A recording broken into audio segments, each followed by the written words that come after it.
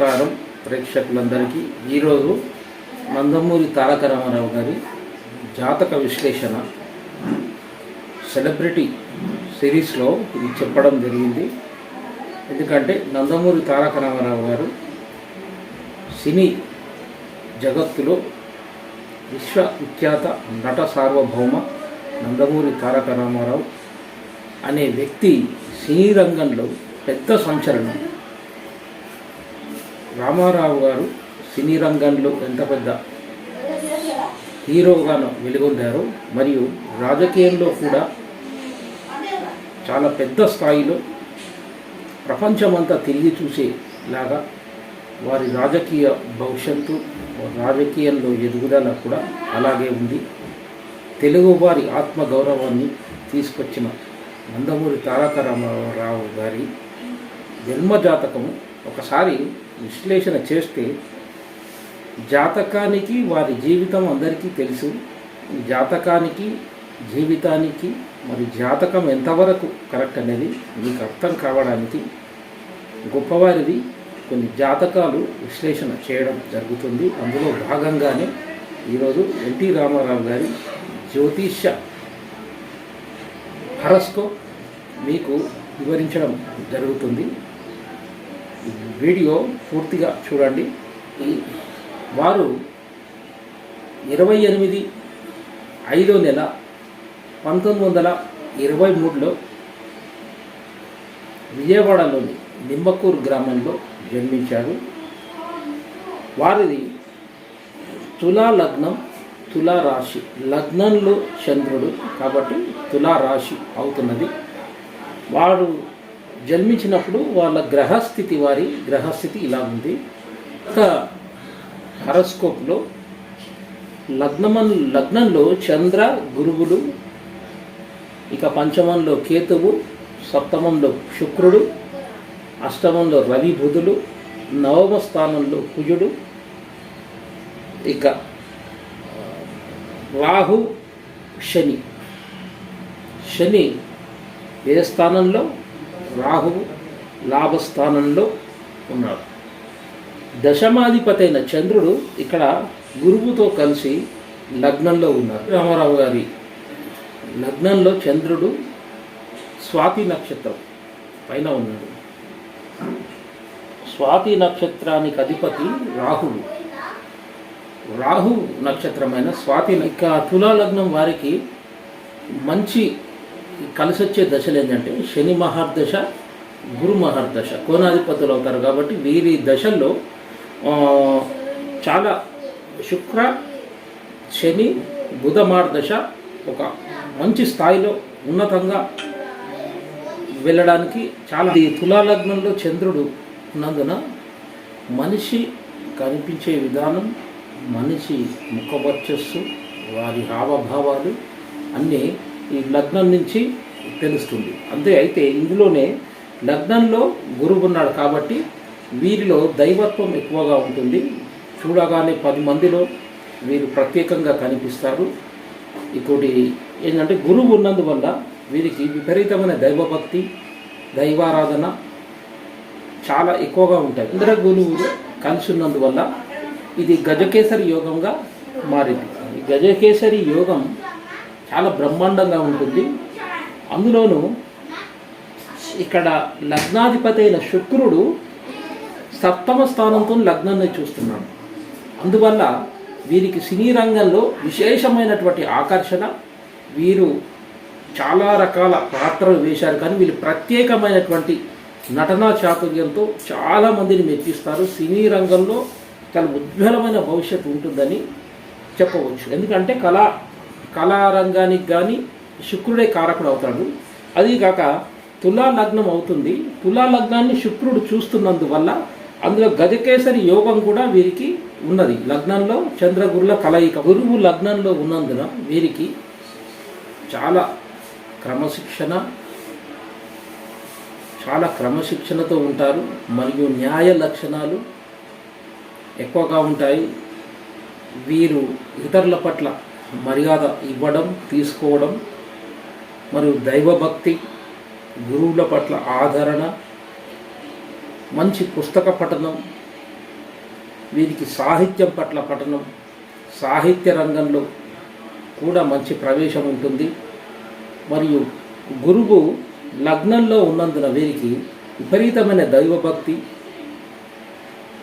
ఈ పురాణాలు, గ్రంథాలు విశ్లేషణ, మరి దాన్ని లోతుగా ఆలోచించి గ్రంథంలో ఉన్నటువంటి సారాంశాన్ని, శ్లోకాలను, మంచి మంచి గ్రంథాలను చదివి వంట పట్టించుకోవడం, పెద్ద పెద్ద గురువుల ద్వారా మంత్రోపదేశాలు తీసుకోవడం, మంత్రశక్తి పట్ల విపరీతమైనటువంటి భక్తిభావం ఉండడం అనేది ఈ గురువు వల్ల ఏర్పడుతుంది. ఇంకొకటి, వీరు తప్పులు చేయరు, వేరే వాళ్ళు తప్పులు చేసినా కూడా క్షమించరు, చాలా క్రమశిక్షణతో ఉంటారు. ఇది అందరికీ మీకు తెలుసు. రామారావు గారి జీవితంలో వారు ఎంత క్రమశిక్షణగా ఉంటారో. మరి ఎందుకంటే ఇక్కడ లగ్నంలో గురువు ఉన్నాడు కాబట్టి వారు చాలా కట్టుదిట్టమైనటువంటి క్రమశిక్షణతోనే వాళ్ళు అలాగే పెరుగుతారు. వారి చుట్టుపక్కల కూడా అలాగే ఉండాలని వారు కోరుకుంటారు. ఇక అష్టమంలో రవి ఉన్నందువల్ల ఈ జాతకులకు, ఎన్టీ రామారావు గారికి విపరీతమైన ధైర్యం ఉంటుంది. ఎవరైనా తప్పు చేసినా కూడా ధైర్యంగా ప్రశ్నించడం వారికి రవి అష్టమంలో ఉన్నందువల్ల ఇతరులను గట్టిగా ప్రశ్నించడం, ఎంతటి వారినైనా సరే ధైర్యంగా మాట్లాడడం అనేది ఈ జాతకులకు ఉంటుంది. ఇక గురువు లగ్నంలో ఉన్నందున వీరు ముఖవర్చస్సు చాలా ఆకర్షణీయంగా ఉంటుంది.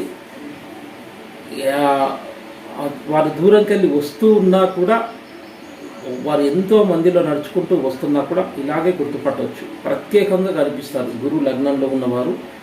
ముఖం రౌండ్గా ఉంటుంది, ఎందుకంటే చంద్రుడు లగ్నంలో ఉన్నాడు. వీరు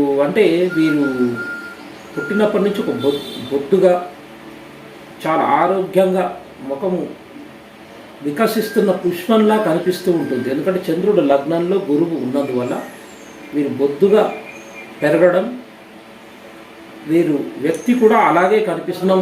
తులా లగ్నానికి అధిపతి శుక్రుడు కాబట్టి శుక్రుడు, చంద్ర, గురువులు ఈ 3 గ్రహాల కాంబినేషన్ వల్ల శుక్రుడు సినీ రంగానికి పూర్తి సహకారం ఉంటుంది. శుక్రుడు ఎప్పుడైతే లగ్నాధిపతి అయ్యిండో, చంద్ర, గురువులు సినీ రంగంలో వీరికి విశేషమైనటువంటి పేరు ప్రఖ్యాతలు రావడం అనేది జరుగుతుంది.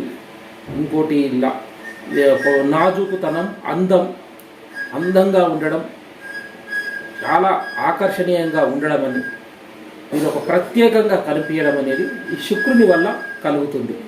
శుక్రుడు కళత్రకారకుడు. శుక్రునికి 100 రకాల కారకత్వాలు ఉంటాయి. అందులో సినిమా రంగం, కళారంగంలో కూడా శుక్రుడు ఇలాంటి కాంబినేషన్ సినిమా రంగంలో రావడానికి మంచి కలయిక. ఈ చంద్ర, గురు, శుక్ర కలయిక ఈ జాతకులకు, ఎన్టీ రామారావు గారికి, నందమూరి తారక రామారావు గారికి సినీ రంగంలో రావడానికి ఎలాంటి గ్రహాలు అనుకూలించాయనేది కూడా మీరు చూడండి. ఇది మనం పరిశీలించినట్టయితే వీరు సినీ రంగంలో ఒక్కొక్క మెట్టు ఎక్కుతూ శిఖరాగ్రానికి ఎలా చేరుకురాననేది ఈ గ్రహం వల్ల తెలుస్తుంది. అష్టమ స్థానంలో మంచి గ్రహాలు ఉంటే వీరికి కొంచెం సమస్యాత్మకంగా ఉంటుంది. ఇది కోణాధిపతి అయిన శని మరియు ఇక్కడి నుంచి భాగ్యాధిపతి బుధుడు. భాగ్యాధిపతి అయిన బుధుడు అష్టమంలో ఉన్నందున రవి, బుధ ఈ కలయిక అష్టమం ముఖ్యంగా ఒక క్రియేటివిటీ, అంటే సినిమా రంగం కానీ, చిత్రీకరణ కానీ డైరెక్ట్ ప్రజల దగ్గరికి రాకుండా ఒక ప్రదేశంలో దాన్ని చిత్రింపబడిన తర్వాత బయటకు రావడం అలాంటిది. ఇక అష్టమాధిపతి, నవమాధిపతి, భాగ్యాధిపతి బుధుడు అష్టమంలో ఉన్నందువల్ల ఇలాంటివన్నీ సాధ్యమవుతాయి. మరియు ఇక్కడ బుధుడు ఇక్కడ భాగ్యాధిపతి మరియు ఇక్కడ వ్యయాధిపతి అవుతున్నాడు. కాబట్టి వీరు ఉన్న ప్రదేశం నుంచి దూరంగా వెళ్ళి అక్కడ బాగా రాణింపు, విజయం పొందడం, పుట్టిన ప్రదేశం నుంచి దూరంగా వెళ్ళిన తర్వాత అక్కడ మంచి పేరు ప్రఖ్యాతలు రావడం అనేది ఈ జాతకంలో ఉంది. ఎందుకంటే వీరు ఒక విజయవాడలో ఒక గ్రామంలో, నిమ్మకూరులో జన్మించి అక్కడి నుంచి ఈ చెన్నై రావడం, మద్రాస్ రావడం, అక్కడ విపరీతమైన పేరు ప్రఖ్యాత సినీ రంగంలో చాలా దూసుకుపోవడం అనేది జరిగింది. అది ఇక్కడ భాగ్యాధిపతి వ్యయాధిపతి అయిన బుధుడు అష్టమంలో ఉన్నందువల్ల అది రవి కాంబినేషన్ ఉన్నందువల్ల అలా జరిగి శని మార్దశ బుధ మార్దశ వీరికి బాగా కలిసి వచ్చింది. ఇక్కడ కోణాధిపతి అయిన శని మరియు భాగ్యాధిపతి అయిన బుధ మహార్దశలో వీరు విపరీతంగా పేరు ప్రఖ్యాతలు, ధనం రావడం, ఆస్తులు డబ్బు సంపాదించుకోవడం, అటు కళారంగంలో ఇతడు ఎన్నో ప్రాపర్టీస్ కానీ ఎంతో డబ్బు కూడబెట్టుకోవడం కానీ విపరీతంగా భూములు ఇల్లు సంపాదించుకోవడం అనేది ఈ శని బుధ దశల్లో బాగా కలిసి వచ్చింది. సినీ రంగం తర్వాత రాజకీయ రంగంలోకి వచ్చారు. అది కూడా 9 నెలల్లోనే పార్టీ స్థాపించి 9 నెలల్లోనే ముఖ్యమంత్రి కావడం అనేది అదొక రికార్డు. అయితే ఈ జాతకంలో ముఖ్యంగా శని రవి వీరే కదా, శని రవి ఈ 2 గ్రహాల వల్లనే రాజకీయ రంగంలో ఎదుగుదల అనేది ఉంటుంది కదా.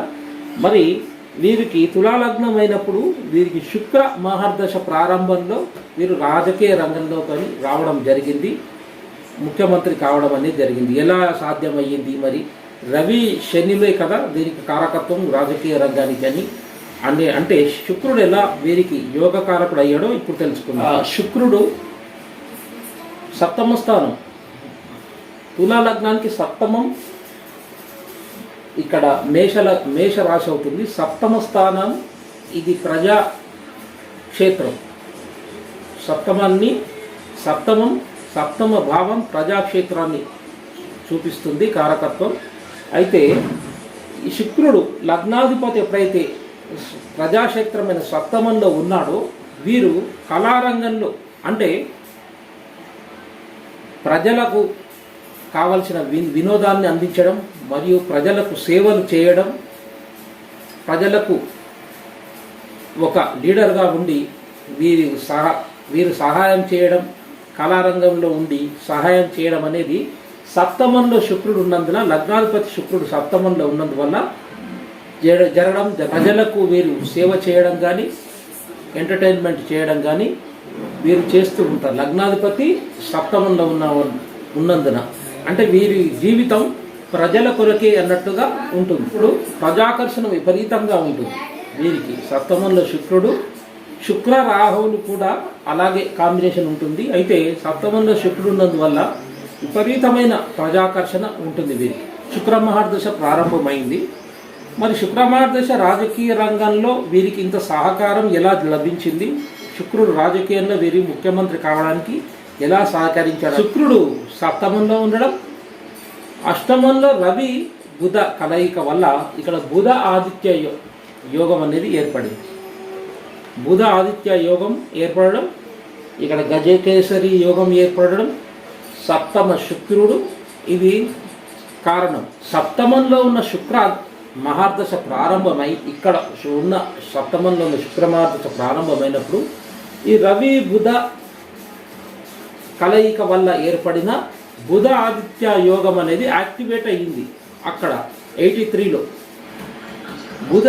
బుధ ఆదిత్య యోగంలో రవి మహర్దశ కానీ బుధ మహర్దశలో ఈ యోగం ప్రభావం అనేది ఉండి ఆ యోగం అనుభవించడానికి జాతకులకు అవకాశం ఉంటుంది. అయితే మరి మీకు సందేహం రావచ్చు, మరి బుధ మహర్దశలో వీరికి ఎందుకు ముఖ్యమంత్రిగా అవకాశం రాలేదు రాజకీయ రంగంలో అని.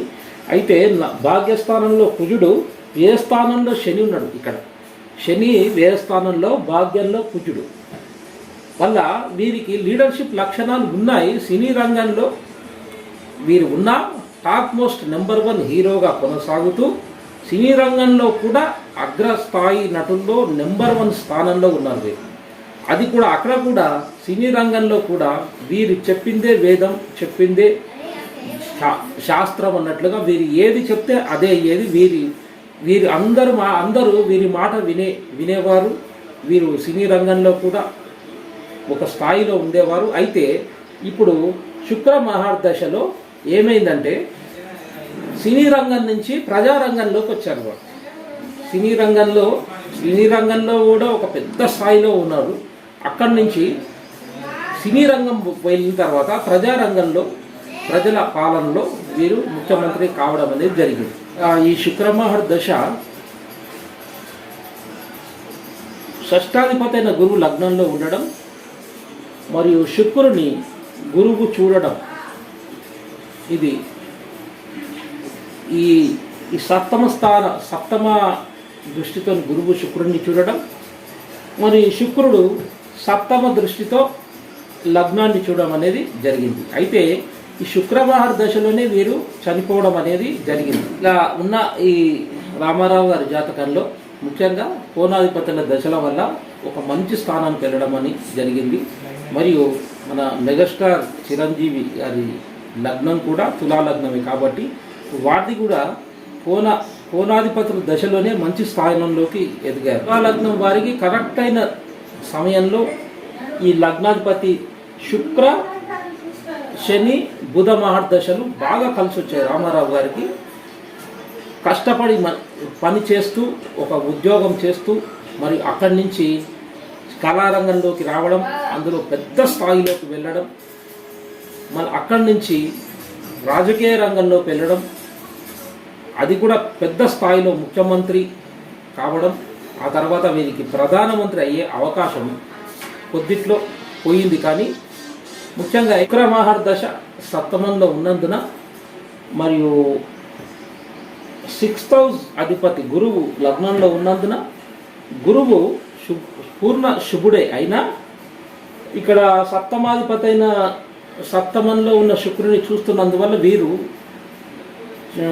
వీరి చనిపోయే ముందు కొన్ని మానసికమైనటువంటి టెన్షన్స్ పడుతూ చాలా కొన్ని రకాల కారణాల వల్ల వీరు చాలా కష్టంగానే చనిపోవడం అనేది జరిగింది. ఎందుకంటే ఇక్కడ 6th హౌస్కు అధిపతి గురువు లగ్నంలో ఉన్నాడు. మరి 6th హౌస్ గురువు శుక్రుని లగ్నాధిపతిని చూస్తున్నందువల్ల కూడా వీరు చనిపోవడం ఒక మిస్టరీగా, ఒక చాలా బాధ అనుభవిస్తూ చనిపోవడం. తులా లగ్నం వారికి ముఖ్యంగా ఎన్టీ రామారావు గారికి ఈ శుక్ర శని బుధ మహర్దశలు రావడం, ఈ కోణాధిపతుల దశలు రావడం అనేది మంచి సమయంలో మంచి వయసులో వచ్చాయి కాబట్టి వారంత స్థాయికి వెళ్ళారు.